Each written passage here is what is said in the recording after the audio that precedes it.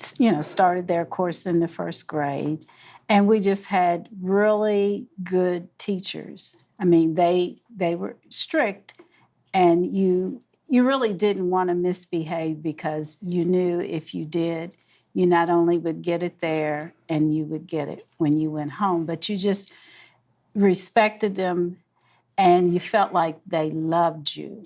You weren't just somebody else's kids, you were their children, and they wanted the best for you. That even though we didn't have the things that we really should have had for them to teach us, but they were really good teachers, and they made sure that they worked with us and got us up to par. When we was in elementary, we went to a one-room school, and it was like 1 through 7. Miss Honesty was the only teacher there, and she taught all the grades. But then when they would have something at Douglas, you would always see Miss Honesty and her husband and different ones, and the teachers really worked together as far as with the kids. And by the time you got to Douglas, they knew who you was. All the teachers already knew who you was. And then, like in her wife's case, she grew up in Douglas from the first grade on, but even the county, you never thought, well, how do they know me? This is my first year here, but they, people, it was the community, and the teachers became part of the community. They went to churches together, different events. They were in clubs and stuff together, and they really interacted with the kids a lot. Well, everybody knew everybody, so, yeah. And I had a cousin that lived on the same street that I did. She taught in the county schools, but whenever they would have an event and they didn't have enough kids to fill the bus, then she would also get the kids on our street to go on the bus with them. And, so even though they were in the county, they still worked together. The teachers worked together to support the kids and things.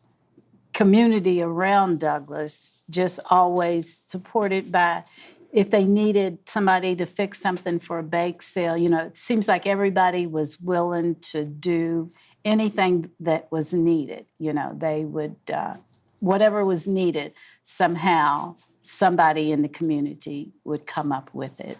And everybody just worked together. I mean, they just had a love for Douglas School, the kids and the teachers and things. They just worked together with each other.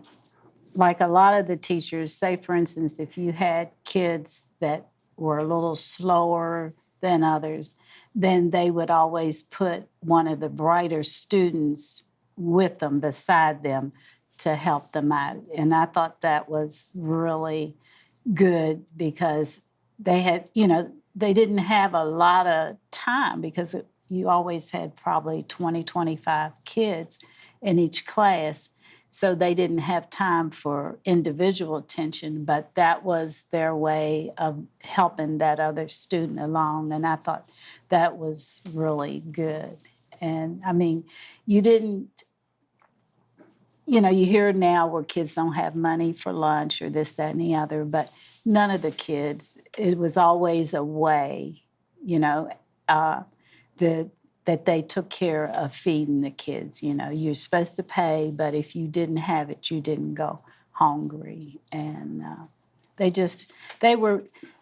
my mother always told us that when you go to school, your teachers are your parents. Right. When you're in school, you respect them like you do us. It wasn't no thing of, even if, they may have felt that the teacher was wrong, but it didn't matter. They were your parents while you were in school, and you respected them just like your parents. I can remember Miss Ford, which did the cafeteria, that was kids that didn't have money, and she would let them run up tickets.